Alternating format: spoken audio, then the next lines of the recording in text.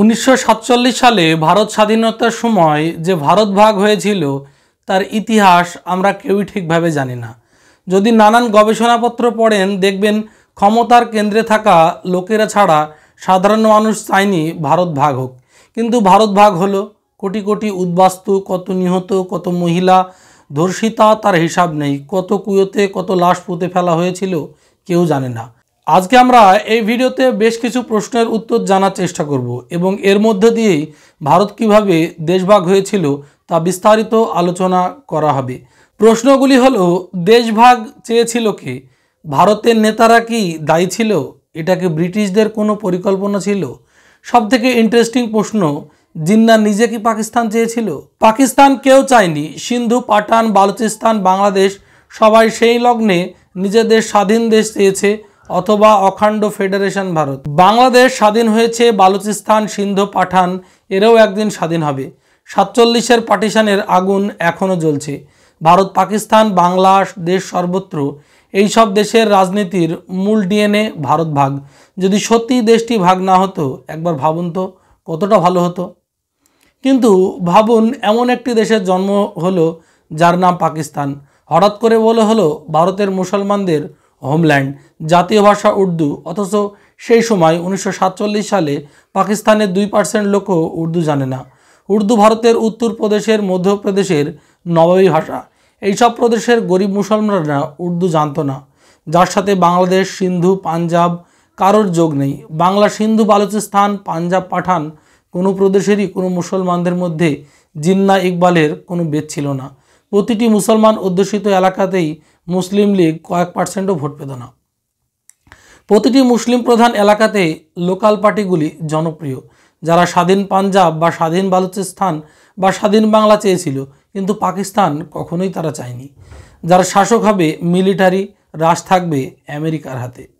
কিন্তু কোন জাদু বলে 1945 সালের মধ্যে অধিকাংশ মুসলমান দাঁড়িয়ে গেল জিন্নার পেছনে? সেটা কি জাদুবল নাকি ইংরেজদের সুপরিকল্পিত প্ল্যান? সবথেকে ইন্টারেস্টিং, ইতিহাস, জিন্না নিজে কি পাকিস্তান চেয়েছিল? আমরা নিজের বিশ্লেষণ বলেছি তিনি চাননি।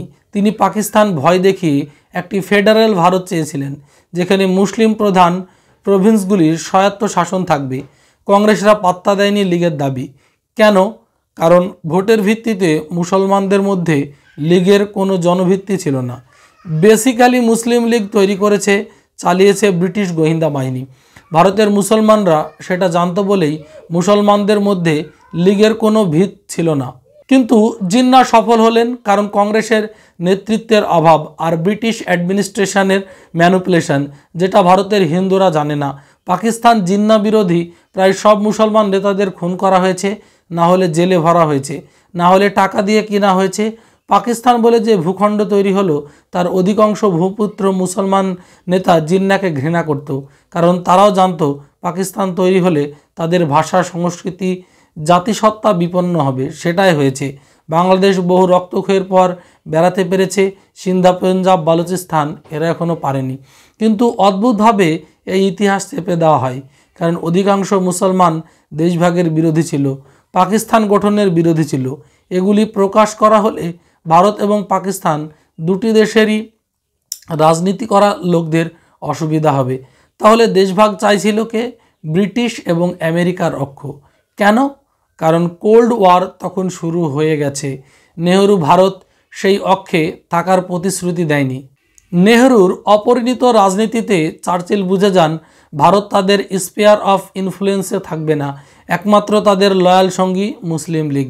তাদের হাতে পাকিস্তান তুলে দিলে আমেরিকার ডিপ লয়াল স্টেট তৈরি হবে। নেহরুর জায়গায় ভারতের হাল সর্দার প্যাটেল থাকলে হয়তো ভারত ভাগ হতো না। প্যাটেল অ্যান্টি কমিউনিস্ট ছিলেন, সেক্ষেত্রে তিনি ব্রিটিশ আমেরিকার সাথে হয়তো ডিল করতে পারতেন। এই দেশভাগ তাই করা হয়েছিল মুসলমানদের খুঁচিয়ে। যেসব মুসলমান নেতা লাইনে আসতে চায়নি, হয় তাদের মেলে ফেলা হয়েছে, নইলে জেলে ঢোকানো হয়েছে। কোল্ড ওয়ারের নতুন রাজনীতি এতে শিলমোহর ফেলে।